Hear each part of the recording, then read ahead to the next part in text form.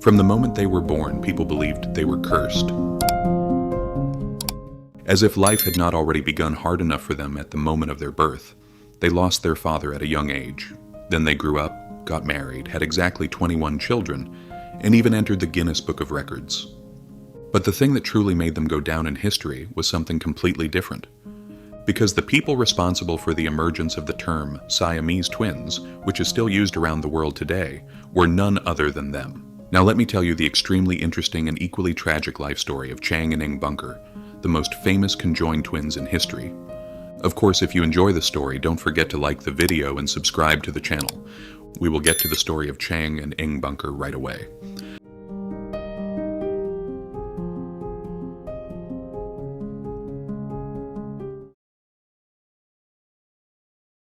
But first, let's briefly understand what Siamese twins means. Siamese twins, or more accurately, conjoined twins, are identical twins who develop in the womb physically attached to one another. Most of the time, there are not two complete or nearly complete bodies joined together. Instead, alongside one complete body, some organs, limbs, or body parts of the second body may develop while attached. Depending on the stage at which the division stops, babies may be connected at different parts of the body and to different degrees. Because they are identical twins, their gender is always the same. According to statistics, when looking at live births, approximately 1 in every 200,000 live births occurs this way. I am specifically saying live births, because unfortunately the number of cases that result in death is almost twice that number. A large portion of these cases are detected during pregnancy, and the pregnancy is terminated. Some cases also end naturally with death in the womb. It is also known that this condition is seen about 3 times more often in baby girls than in baby boys. Although genetic and environmental factors are thought to play a role, there is still no single definite and proven cause. Now let's move on to this tragic yet extremely interesting story. Chang and Eng Bunker were born on May 11th, 1811, as the children of a Chinese father and a half-Chinese, half-Malaysian mother. The place where they were born was then called Siam, in other words, present-day Thailand. Their names meant right and left in their own language. Their birth caused a major reaction in Siam, which at the time was governed under a feudal social order. We are talking about a period when landowners and villagers were divided into certain classes, and people were deeply attached to superstitions. For this reason, the birth of the twins was met with fear among the public. It is even said that the midwives refused to touch them out of fear of being cursed. When the incident reached the king's ears, it is said that the king ordered the brothers to be killed, but their mother somehow managed to prevent this death sentence. How exactly their mother sent word, how she begged, or whether the king simply did not pay too much attention to the matter is not fully known. But in the end, Chang and Eng somehow managed to survive. With today's medical technology, perhaps they could have been separated easily.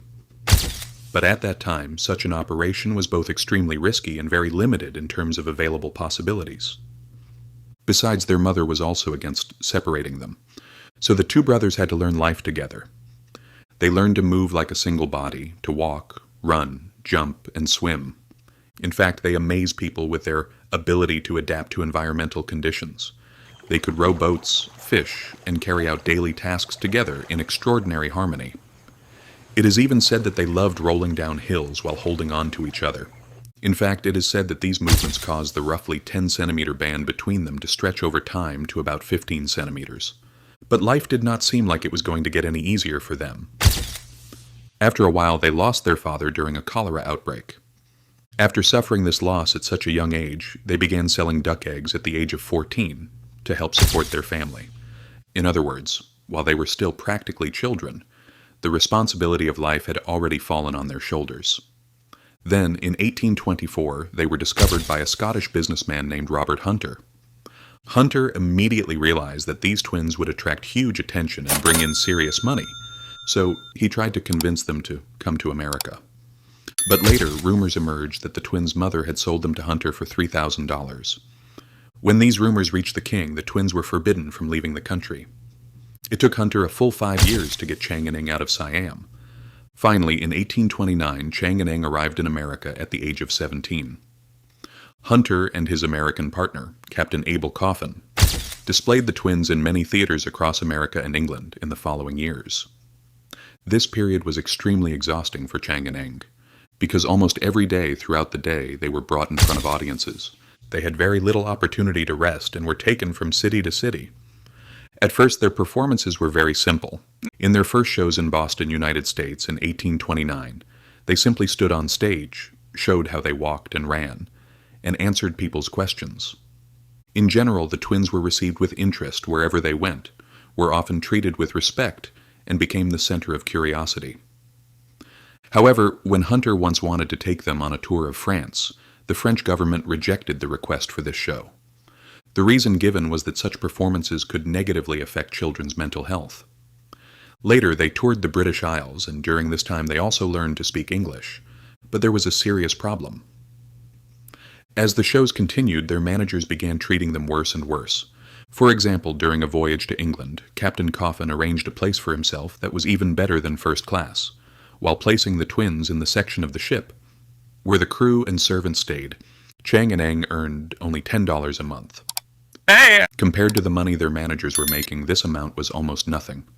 When they turned 21, they made a very important decision for their own lives.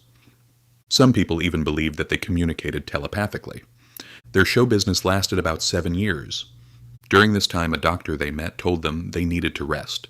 The twins took this warning seriously, and so they thought their stage life had come to an end. Or at least, that is what they believed at the time. In 1839, they settled in a remote rural area in North Carolina. There, they began working in agriculture. They became American citizens and also took the surname Bunker. But the interesting part of the story did not end there either.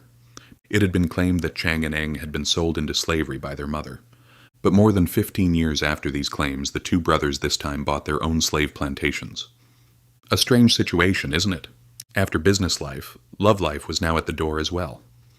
Chang and Eng met two sisters, Adelaide and Sarah. The first to fall in love was Chang, the one with a more irritable personality. Eng, in a way, was forced to grow closer to the other sister, Sarah. Days passed, the couples got to know each other better, and eventually they decided to get married. But the expected thing happened. The girl's family opposed the marriage. In fact, the people in the area where they lived also saw this decision as a great disaster. People thought this marriage was unacceptable. After this incident, so to speak, Chang and Eng, burning with love, made a very risky decision. They even agreed to undergo surgery to be separated from each other. They secretly traveled to Philadelphia and decided to have the operation there. But their lovers, Adelaide and Sarah, opposed this decision. At the last moment, they convinced them not to go through with the surgery. Whatever happened after that happened. Most likely, the family saw how determined the couples were, and eventually the girl's family consented to the marriage. In 1843, they were married in the girl's family home. Later, they built 2 separate houses for themselves.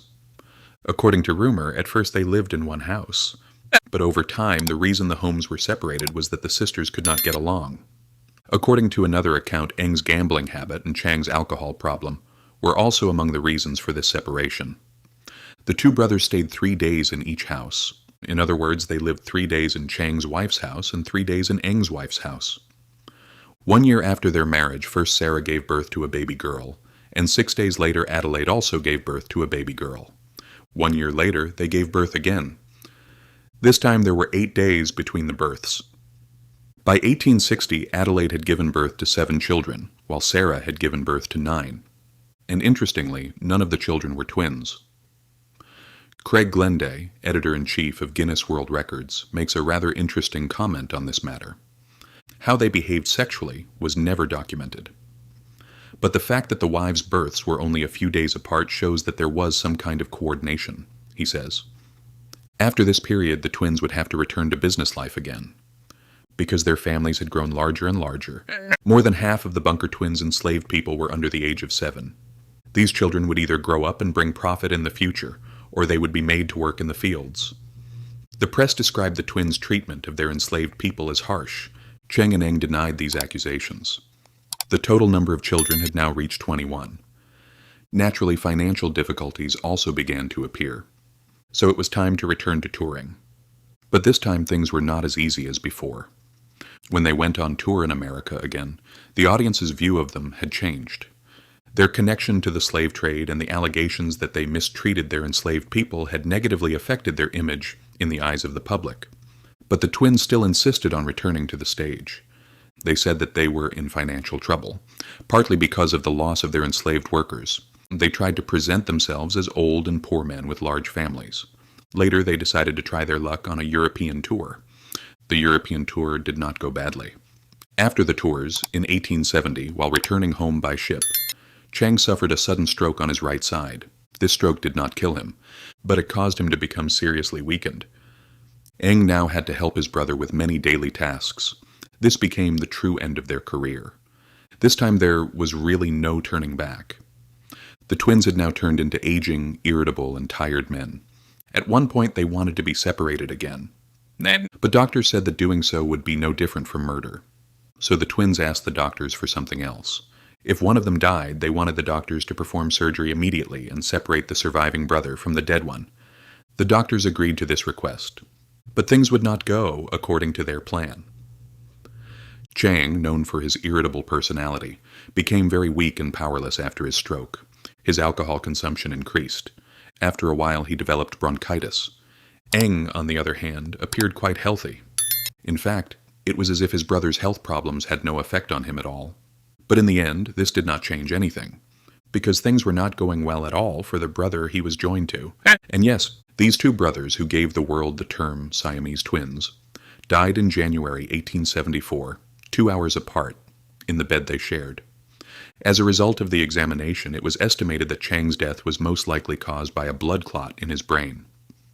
His brother Eng was thought to have died either from the shock he experienced or from blood loss caused by problems in the twins' shared circulatory system.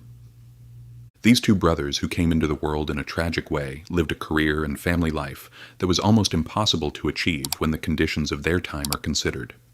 When they were born, people believed they were cursed. As children, they were put on display. For years, they were taken around on stages.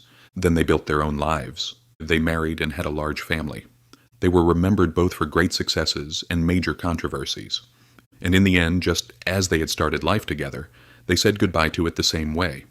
In the same bed, still connected to each other, they left this world.